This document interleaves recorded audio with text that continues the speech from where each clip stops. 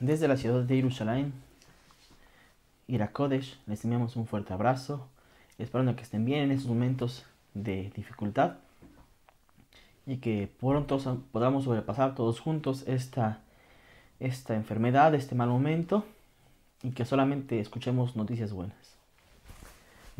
Hoy quería enfocarme en una pregunta que hacen mucho, un tema que es muy recurrente en las redes, en internet, en todos estos medios digitales. Y es una pregunta también muy solicitada. ¿Qué es la profecía? Explicar un poco qué es la profecía, cómo se da la profecía, quiénes pueden ser profetas. Y para eso tenemos las fuentes judías, Talmud, Masejet Berajot y otros tratados, Midrashim, y por supuesto los ejemplos que tenemos en el Tanaj sobre los profetas que tenemos.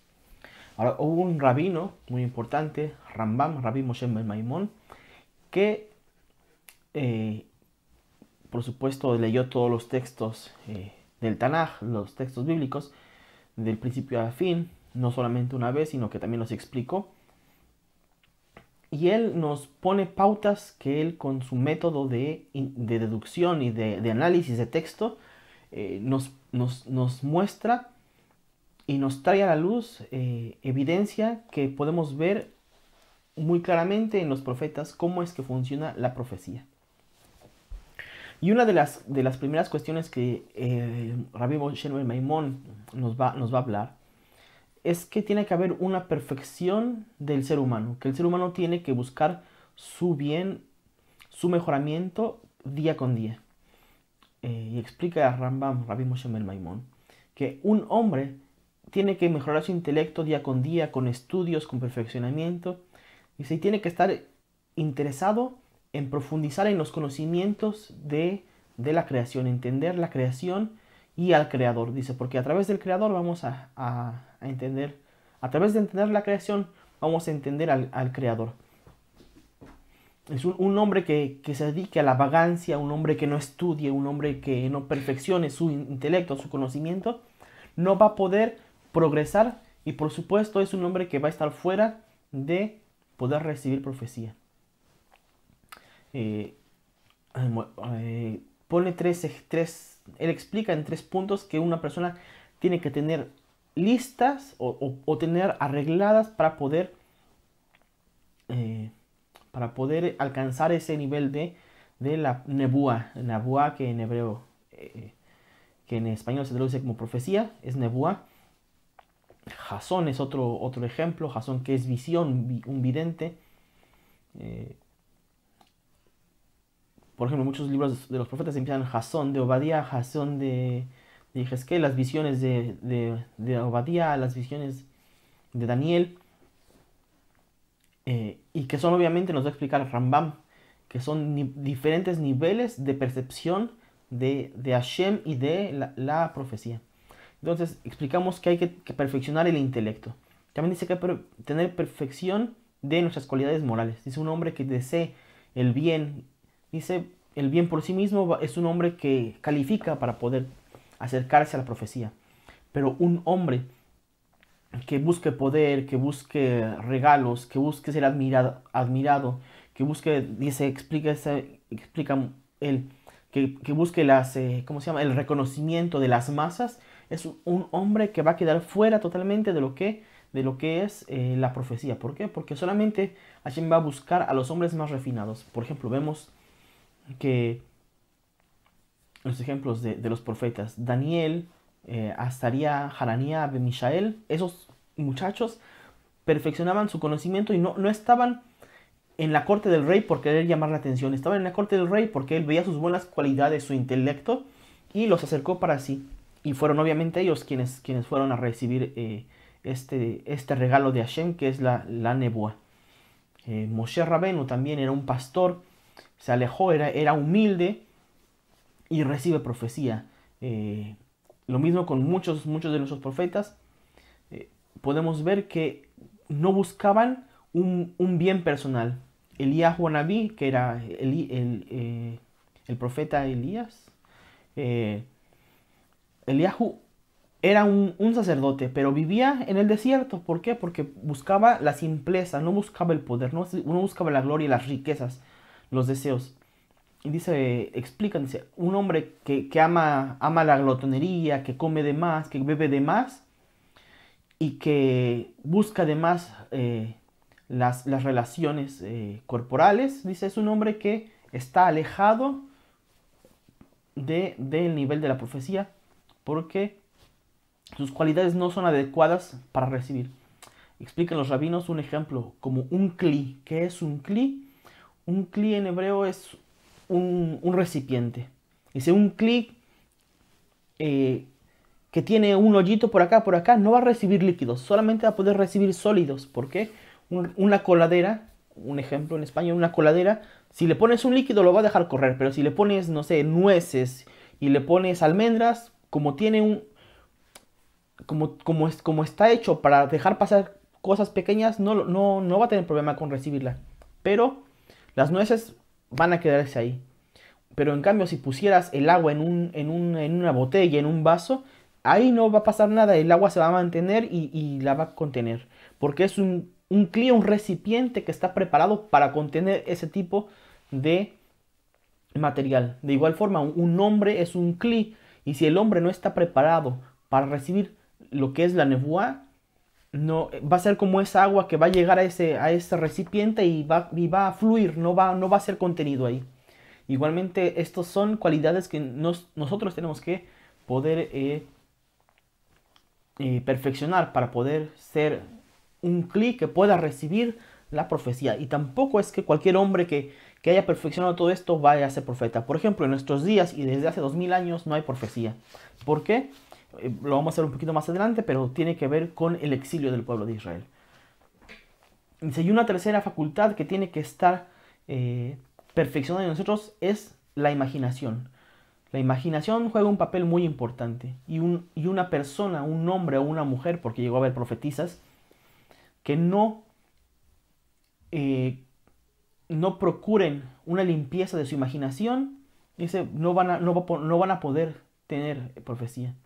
Es por eso que hoy en día mucha gente religiosa, yo tengo amigos que cuanto más se profundizan ellos en sus estudios de Torah, más se alejan de la tecnología. Hay por eso muchas comunidades religiosas que usan teléfonos, pero el teléfono que usaba hace 20 años, que apenas se pueden mandar mensaje de texto y recibir llamadas. ¿Por qué? Porque quieren cuidar sus ojos de cualquier influencia externa.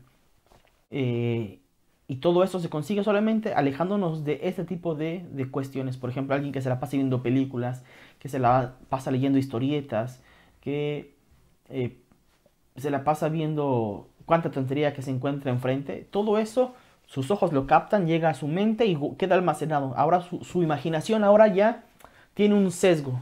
Su imaginación ahora ya tiene una influencia que no es perfecta y que no es pura. Entonces, obviamente, una persona así, cuando dicen, oye, ¿por qué esta vez soñé con dragones y soñé que con una espada partía un avión? Pues sí, estás viendo muchas películas y en vez de perfeccionar tu conocimiento, tu intelecto, tu imaginación, eh, luchas en contra de todo esto y retrocedes y no hay forma de que tú puedas tener un sueño que pueda de verdad ser inspiración divina.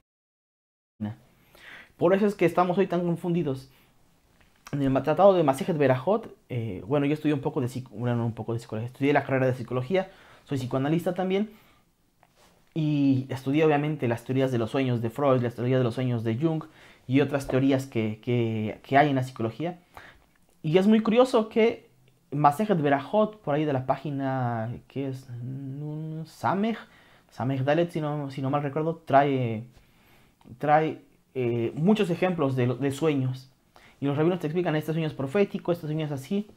Y por ejemplo, yo veo que los sueños de los que habló Freud están escritos, es un poco de ese método en el tratado de Masejet Berajot.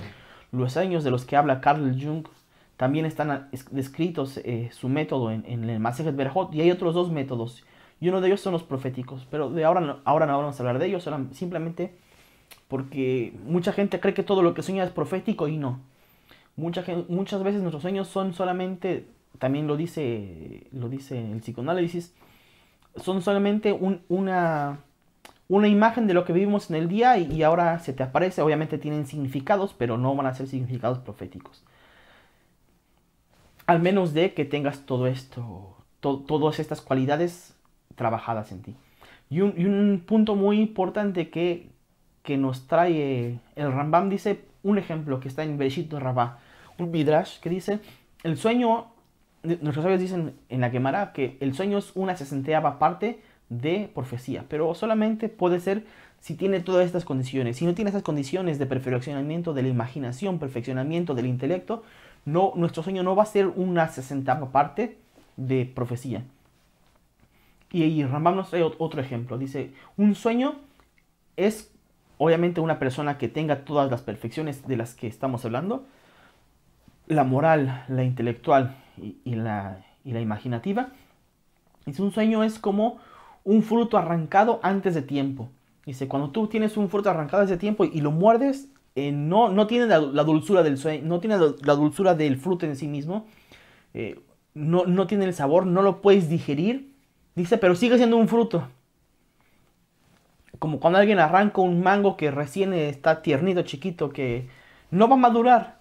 ¿Por qué? Porque no tiene la condición para madurar. Ahora que lo arrancaste del árbol, quedó como desperdiciado. Sin embargo, es un fruto, tiene una semilla, tiene cáscara, creció del árbol, tiene la misma raíz, pero fue truncado. Dice, es lo mismo, los sueños de nuestras épocas, son sueños así, un fruto arrancado del árbol antes de tiempo. Pero obviamente si cuidamos nuestras cualidades intelectuales, nuestras cualidades morales y nuestra cualidad imaginativa, nuestro material imaginativo, entonces tendremos material para que si Hashem quiere en el futuro poder tomar mano de nosotros. Así lo dice en el libro, aquí de hecho por eso tengo este libro acá, Sefer Bamidbar, Parashá Bealoteja, Aliyah, ¿en qué aliyah estamos? En la 6ª aliyah, me parece 7ª aliyah. Dice en capítulo, sería el capítulo 12, verso 6. Dice, y en aquel tiempo, dice, Hashem va a tomar, va a hablar en los sueños al profeta que esté en esa época. O sea, no va a hablar a cualquier, pero cuando necesite decir un mensaje, va a utilizar a esta persona que está preparada y a través de los sueños se le manifestará. Y bueno, este es un pequeño tema. Y solamente como para cerrar de por qué, bueno, vamos a abarcar un poquito más y después cerramos. Dicen, un hombre que tiene alegría siempre va a ser candidato a ser profeta, pero un hombre que esté en tristeza no va a poder ser candidato para ser profeta. Dice, ¿por qué? Tenemos dos ejemplos. Dice, cuando Jacob ve que Yosef se perdió, que ha muerto, se sospecha que ha muerto, que creen que ha muerto, dice, él se entristeció. Y desde ese momento él no volvió a tener profecía con Hashem.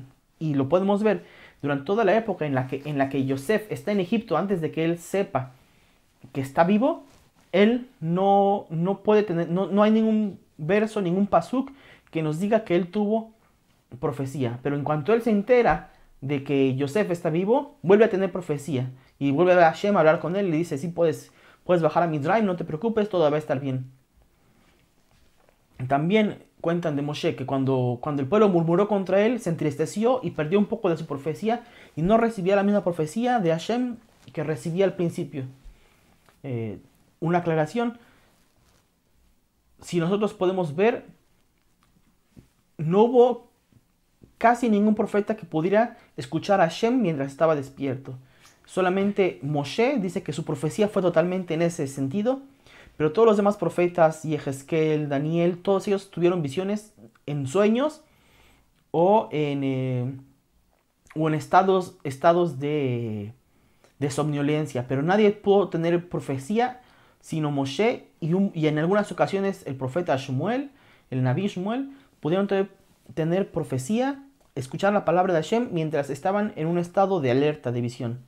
Y explican los profetas, explica los maestros de la Torah, por qué es que solamente en estado de sueño se puede alcanzar la profecía. Dicen, ¿por qué? Porque es el momento en el que el cuerpo no se ocupa de las funciones primordiales para el cuerpo. Dice, en la digestión apenas se mantiene, la respiración apenas se mantiene, y entonces el cerebro puede enfocarse en las áreas más en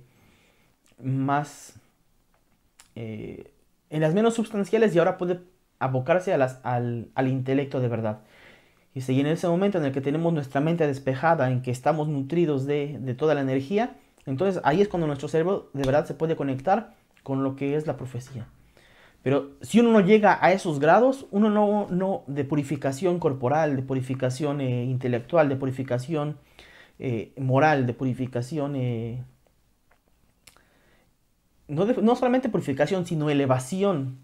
Porque no es solamente estar limpio, sino estar elevado sobre todas esas cuestiones y obviamente la elevación imaginaria. Entonces, si uno no tiene esa claridad imaginaria, esa limpieza en la imaginación, uno va a soñar cualquier cosa y va a creer que eso es una profecía. Y para cerrar, dice, es la misma razón por la que en nuestros días no tenemos profecía. ¿Por qué? Porque si el pueblo de Israel está fuera de su tierra, aunque parezca que la gente está contenta, no está contenta. Hay algo que está mal en ese sistema, el hecho de que el pueblo de Israel esté en el exilio. Y por eso es que hoy en nuestros días es más factible que un judío en la tierra de Israel, que cumple mitzvot, que se perfecciona a sí mismo, pueda alcanzar la nebuá. Y solamente en nuestros días, porque la mayoría del pueblo de Israel ya empieza a estar en la tierra de Israel, lo cual es, digamos, una de las ¿cómo se llama? De las condiciones para que se dé.